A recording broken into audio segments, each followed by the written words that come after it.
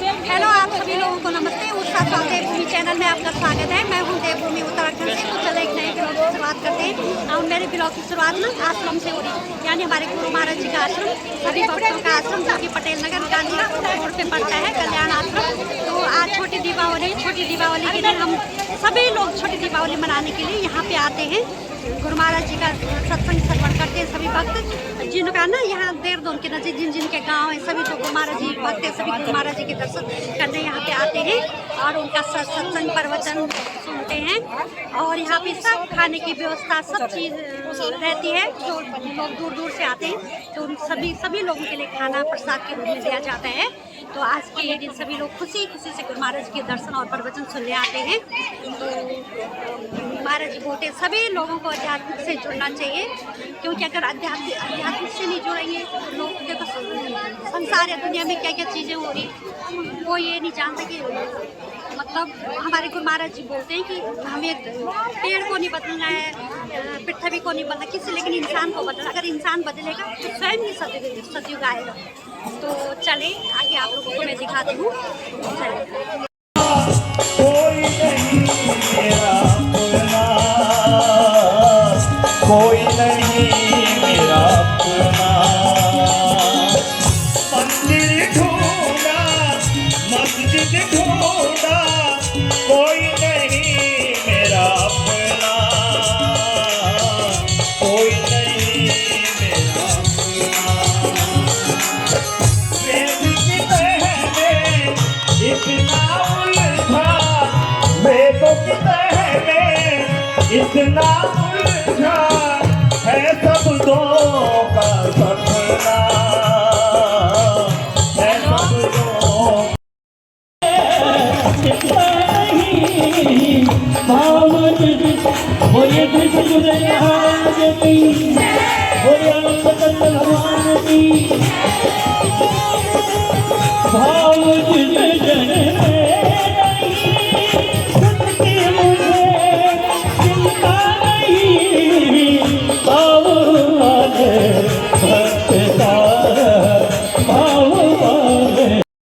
महाराज जी का स्वागत किया जा रहा है यहाँ पे माला द्वारा। करताल ध्वनि द्वारा श्री गुरु महाराज जी का स्वागत व अभिनंदन करें।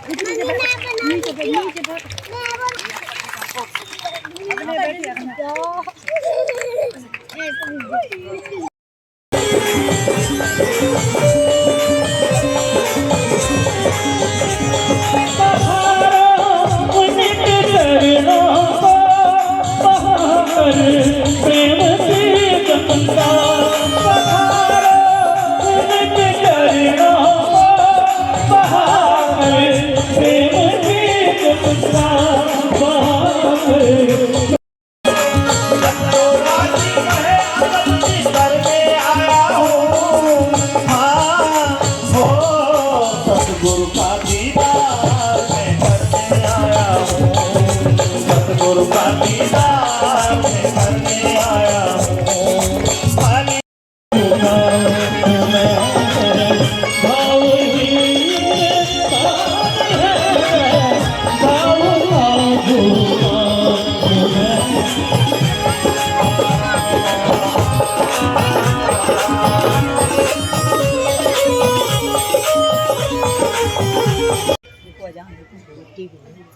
तो अयोध्या वासियों ने प्रसन्नता का इजहार किया और दीपावली मनाई, चिरागों को जलाया, प्रकाश पर्व को मनाया।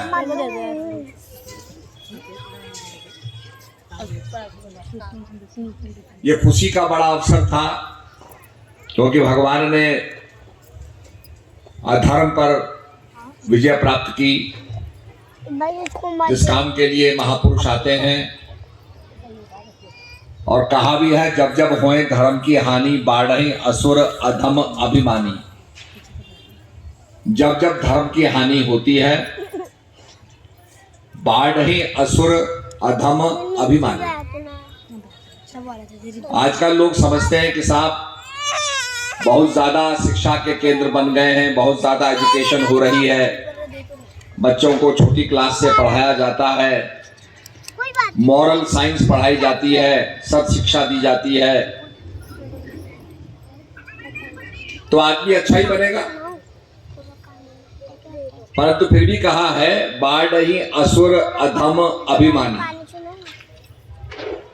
जब जब भी असुर बढ़ते हैं, अधम बढ़ते हैं, अभिमानी लोग बढ़ते हैं, अल्पज्ञ बढ़ते हैं, तो भगवान कहते हैं कि तब तब प्रभुधर मनुज शरीरा हरे कृपा नदी सज्जन पीरा। अभी आपने देखा होगा इजराइल में लोगों ने वहां पर किस प्रकार से भीषण हमला किया, मासूम लोगों की जानें ली, 240 आदमियों का अपहरण करके ले गए, बंदी बना लिया। और जो सुरक्षा का जो सिस्टम था, जिसे आयरन कर्टन कहते हैं, आयरन डोम कहते हैं, जो रक्षा करता था, उसको भी फेल कर दिया, क्योंकि इतने रॉकेट उन्होंने दागे, 5000 रॉकेट दागे कि कुछ तो नष्ट हो जाएंगे, कुछ तो फिर पहुंचेंगे।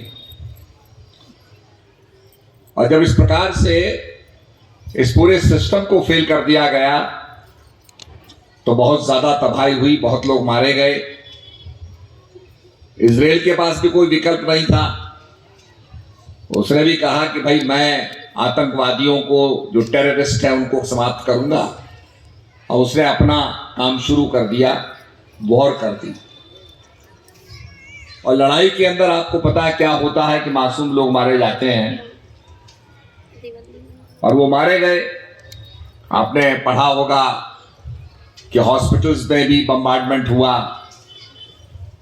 तो इजराइल का कहना था कि इनकी टनल्स हॉस्पिटल के नीचे बनी हुई है, इनके सेंटर्स हॉस्पिटल के नीचे बने हुए हैं, ये जान करके कि हॉस्पिटल पे बमबारी नहीं होगी, ये वहां सुरक्षित रह सकते हैं।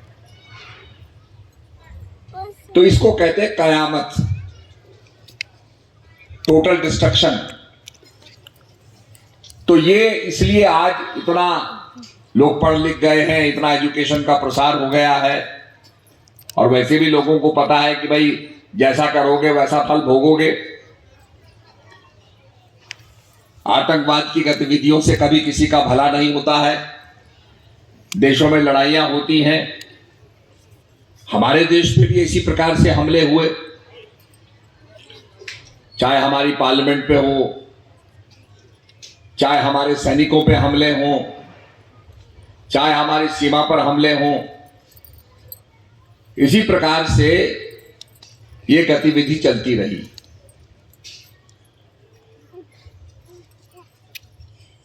तो इससे आम लोगों को बड़ा नुकसान होता है, और आप देख ही रहे हैं किस प्रकार से सारी दुनिया आतंकवाद के खिलाफ एक हो गई। भारत भी समर्थन दे रहा है और सब एक हो गए।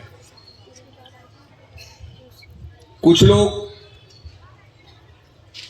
वहां पर और लोगों का समर्थन कर रहे हैं, पर ये नहीं कोई सोच रहा है कि भाई शुरुआत किसने की, किसने वहां मासूम लोगों पर अत्याचार किए, इसको शुरुआत करने वाला कौन था।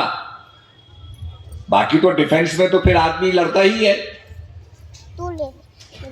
तो इसी को कहा कि बाढ़ ही असुर अधम अभिमानी। आज आप समझते हैं कि जो फिलिस्तीनी कॉज है कोई बढ़ा है, वो तो और भी खराब हो गया, और भी बहुत ज्यादा पीछे चले गए। वो पूरा गाजा स्ट्रिप को रूबल में बदल दिया गया, मट्टी में बदल दिया गया। तो ये स्थिति पैदा होती है, और इसीलिए भगवान भी जब लौटे, विजय प्राप्त करके लौटे, तो अयोध्यावासी बड़े प्रसन्न हो गए कि प्रभु राम आए हैं। हमारे उत्तराखंड में 21 दिन के बाद बूढ़ी दिवाली मनाई जाती है, क्योंकि जब भगवान आए तो ऐसा कोई टेलीविजन नहीं था, कोई सूचना का तंत्र नहीं था, तो खबर के पहुंचते पहुंचते पहुंचते पहुंचते 21 दिन लग गए। तो 21 दिन के बाद खबर पहुंची कि भाई भगवान आए हैं, चिराग जलाने हैं, प्रसन्न होना है। तो 21 दिन बाद बूढ़ी दिवाली मनाई जाती है, जो हमारे पहाड़ों में खेलते हैं। पर इसमें अगर देखा जाए तो हम लोग ये नहीं समझते हैं कि महापुरुष जब ज्ञान देते हैं, ज्ञान का प्रचार करते हैं, उससे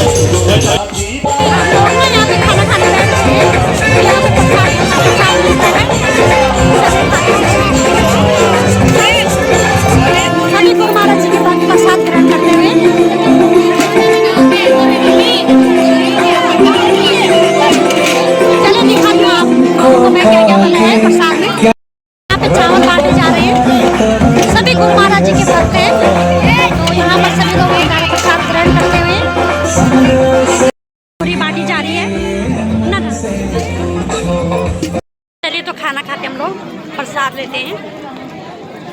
इसमें ना आलू की सब्जी भी, आलू और पनीर की सब्जी भी बना रही है। तो चले हम भी खाना खाते हैं।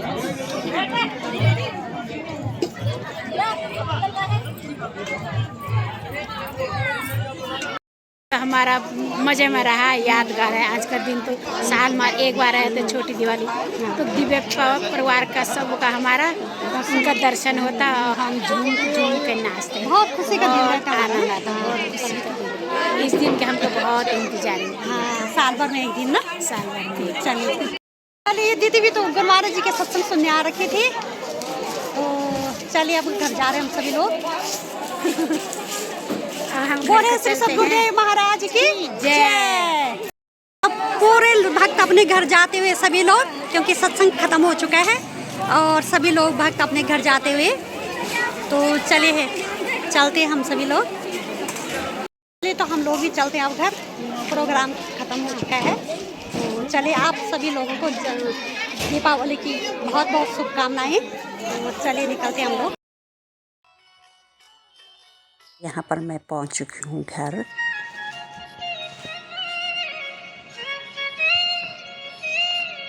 का ब्लॉग यहीं पे समाप्त करते हैं, मिलते हैं अगले ब्लॉग में। अगर आपको मेरा चैनल अच्छा लगा उस ससुराल देवभूमि चैनल तो लाइक सब्सक्राइब और शेयर कीजिएगा दोस्तों के साथ, व्हाट्सएप ग्रुप में और फैमिली ग्रुप में। इसी तरह से मैं आप लोगों के लिए हर तरह के ब्लॉग लाती रहूँगी, जैसे इधर उधर गई घूमने चली गई या सत्संग में चली गई या कभी गुरुद्वारा में सेवा करने चली गई अपनी गुरु महाराज जी दरबार में या कहीं भी किसी तरह खाने की, मैं हर तरह की वीडियो मैं आप लोगों को दिखाती रहूँगी।